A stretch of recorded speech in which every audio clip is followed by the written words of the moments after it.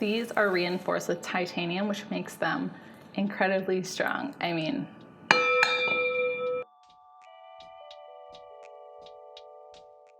Hi, I'm Kayla, the Associate Buyer for Table and Bar at Food 52. Today we're going to be talking about wine glasses and offering up our buyer's perspective on what to look for when you're trying to find the perfect wine glass. To kick things off, we're going to talk about the anatomy of a wine glass and kind of go through the different parts of a stemmed and a stemless wine glass. I think between these two styles we see some core differences that impact the way we experience wine. There are four main parts to your wine glass. You have the rim, the bowl, the stem, and the base. We see the most action happen in the bowl. I like to think of the bowl as a mini decanter for your wine. We see a lot of things impact the way the flavors and aromas and experience gets delivered between the width of the bowl, the height of the bowl, the way that even the bowl angles to the rim all affects the way the wine exists in this space. When it comes to the rim, I look for a really nice thin rim. It allows for a seamless delivery of the wine to your palate and really just makes the most out of every sip.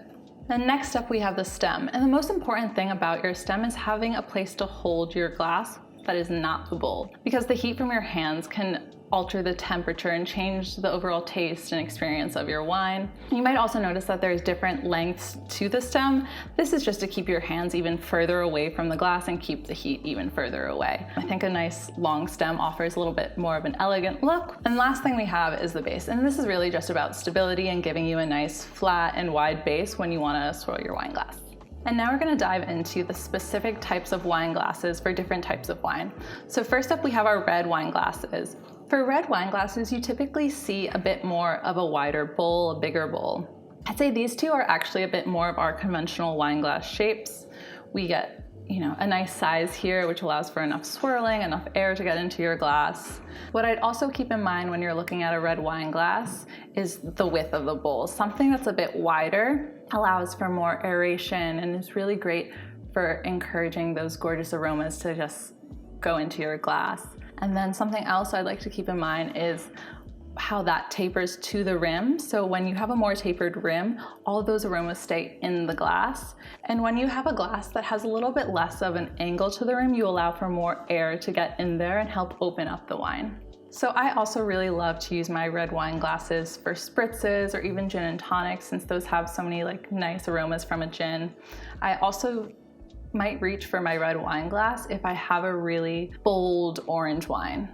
And moving along to our white wine glasses, you'll see that these on average just have a smaller bowl between both the width and the height. You don't usually need as much space to let these open up, and you still want to be close to the aromas, so that's why you get a little bit of a smaller bowl there. And if you're someone who loves to host and have dinner parties and people over, it's actually really great to have a different glass for your reds and your whites, because you can walk over and top everyone off and say, hey, you had white wine, hey, you had a red wine.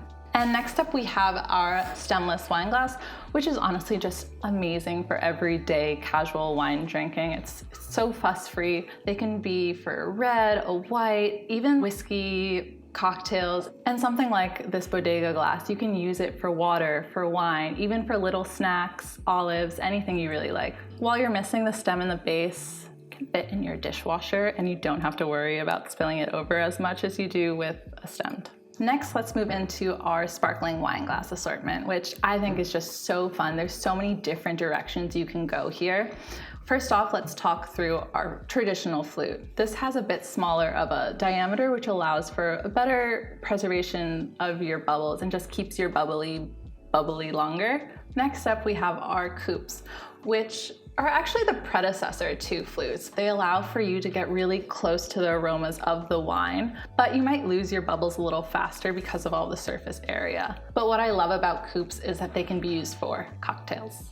And last up within our bubblies, we have these sort of tulip flutes, which allow for a good swirl, which you don't really get from a traditional straight edge style, or the coupe, which if you're enjoying something like a really special champagne and you want to get to know the wine a little bit more, you might want to opt for a sparkling wine glass like this. And last up we have our universal wine glass, which can really do the job of all of these wine glasses. It's really a workhorse, and it's all thanks to the really thoughtful, expertly designed proportions and tulip-shaped bowl that allow for any type of wine to live in these glasses.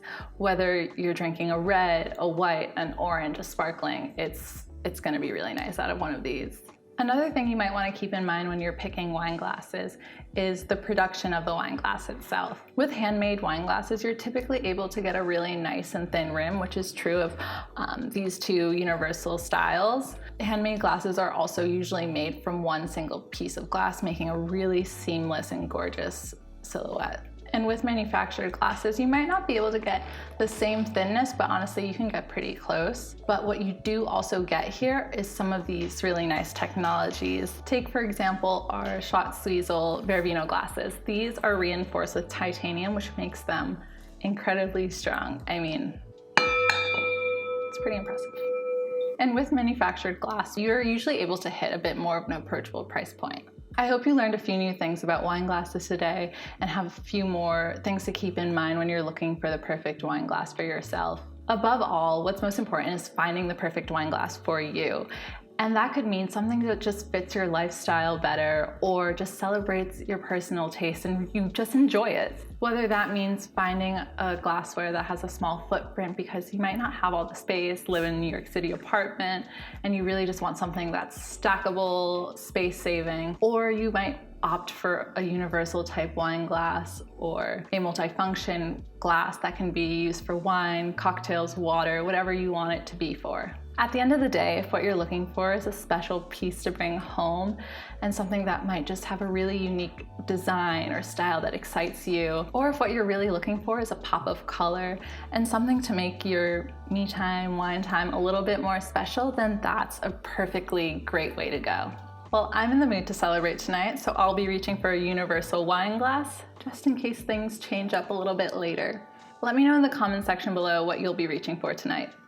Cheers.